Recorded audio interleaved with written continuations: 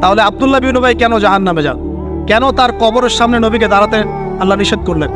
কেন বললেন তুমি যদি 70 বার ইস্তেগফার করো মাফ করবো না? কেন বললেন? আব্দুল্লাহ বিন উবাই কে ছিল বলেন? মুনাফিকের সর্দার, শুধু মুনাফিকের। বলেন তো আব্দুল্লাহ বিন উবাই নামাজ পড়তো কিনা? আব্দুল্লাহ বিন উবাই নবীর সাথে উহুদের মাঠেও যাচ্ছিলেন, নবীর সাথে তরোয়াল নিয়ে উহুদের মাঠে যাচ্ছিলেন যুদ্ধ করতে। রাস্তা থেকে ব্যাক করেছে যদিও বা, যাচ্ছিল তো নাকি? আচ্ছা, আব্দুল্লাহ বিন উবাই মসজিদে গিয়ে নামাজ পড়তো না বাসায় নামাজ পড়তো? কোন মসজিদে? যেই মসজিদে যাওয়ার জন্য আমরা দোয়া করি আল্লাহ আমাদেরকে নববীতে যাওয়ার তৌফিক দাও, তাই না? ওইখানে কে নামাজ পড়তো? সে নবীকে দেখেছে কি দেখে নাই? নবীর পিছনে নামাজ পড়েছে কি পড়ে নাই? এখন বলেন তাহলে আব্দুল্লাহ বিন উবাই কেন জাহান্নামে যান? কেন তার কবরের সামনে নবীকে দাঁড়াতে আল্লাহ নিষেধ করলেন?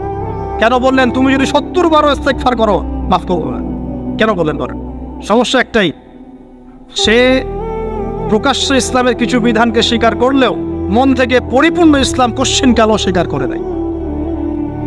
এরকম লোক যদি আমাদের মধ্যে কেউ থেকে থাকেন, আমার ওয়াজ যদি আপনার কানে চলে যায়, আল্লাহর ওয়াস্তে আজকে তওবা করে পরিপূর্ণ ইসলামে ফিরে আসেন, আল্লাহ পাক তৌফিক দান। আমল করতে পারেন আর না পারেন, কমসে কম স্বীকার করেন যে হ্যাঁ ইসলাম একটা পরিপূর্ণ জীবন বিধান। জাস্ট স্বীকার করেন। আমল না করলে আল্লাহ মাফ করে দেবে ইনশাআল্লাহ।